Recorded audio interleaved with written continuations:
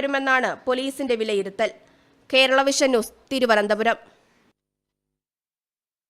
തൃശൂരിൽ ടിടിയെ തള്ളിയിട്ട് കൊലപ്പെടുത്തിയതെന്ന് കരുതിക്കൂട്ടിയതെന്ന് എഫ്ഐആർ. വിനോദിന്റെ മരണകാരണം തലക്കേറ്റ ക്ഷതമെന്ന് പോസ്റ്റ്മോർട്ടം റിപ്പോർട്ട് വ്യക്തമാക്കുന്നു. സംസ്കാരം അല്പസമയത്തിനകം കൊച്ചിയിൽ നടക്കും. ഉച്ചതിരിഞ്ഞ് 3:30 തൃശൂർ മെഡിക്കൽ കോളേജിൽ നടന്ന പോസ്റ്റ്മോർട്ടം നടപടികൾ പൂർത്തിയാക്കി മൃതദേഹം എറണാകുളം മഞ്ഞുമലിലേക്ക് കൊണ്ടുപോയത്. വിനോദിന്റെ മരണകാരണം തലക്കേറ്റ ക്ഷതമെന്നാണ് പോസ്റ്റ്മോർട്ടം റിപ്പോർട്ട്.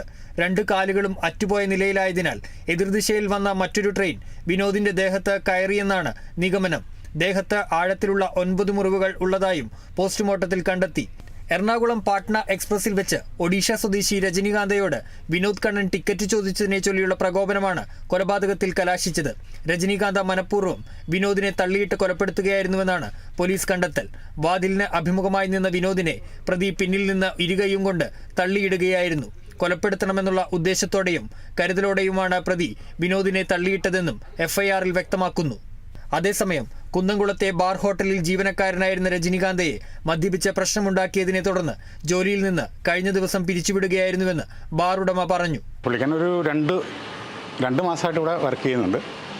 കാരണം മദ്യപിച്ച് അങ്ങനെ കണ്ടില്ല. കാരണം ഈസ്റ്റർ 1-ാം തീയതി അവധിയായിരുന്നു. 1-ാം തീയതിക്ക് അവർ മദ്യപിച്ചിട്ടുണ്ടെന്ന് തോന്നുന്നു. ഇന്നലെ വന്നു കഴിഞ്ഞപ്പോഴത്തേക്ക് അവൻ്റെ കാലിലൊരു മുറിവുണ്ടായിരുന്നു. അപ്പോൾ ഞാൻ ചോദിച്ചപ്പോഴത്തേക്ക് അവനെന്തോ ആക്സിഡൻറ്റ് പറ്റിയെന്ന് പറഞ്ഞു. അപ്പോൾ തന്നെ മദ്യപിച്ചിട്ടുണ്ടായിരുന്നു. രാവിലെ ഒരു 10:30 ആയപ്പോൾ രാവിലെ.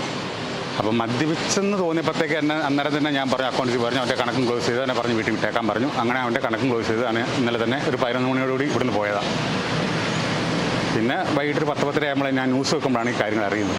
2 മാസം മുൻപാണ് ഇയാൾ ഇവിടെ ജോലിയിൽ പ്രവേശിച്ചത്. Kerala vision news, Thrissur. പത്തനംതിട്ട തുലാപ്പള്ളിയിൽ കാട്ടാന ആക്രമിച്ച് കൊലപ്പെടുത്തിയ ബിജുവിന്റെ മൃതദേഹം സംസ്കരിച്ചു. തുലാപ്പള്ളി സെന്റ് തോമസ് മാർത്തോമ പള്ളിയിലാണ് സംസ്കാര ചടങ്ങുകൾ നടന്നത്. രാവിലെ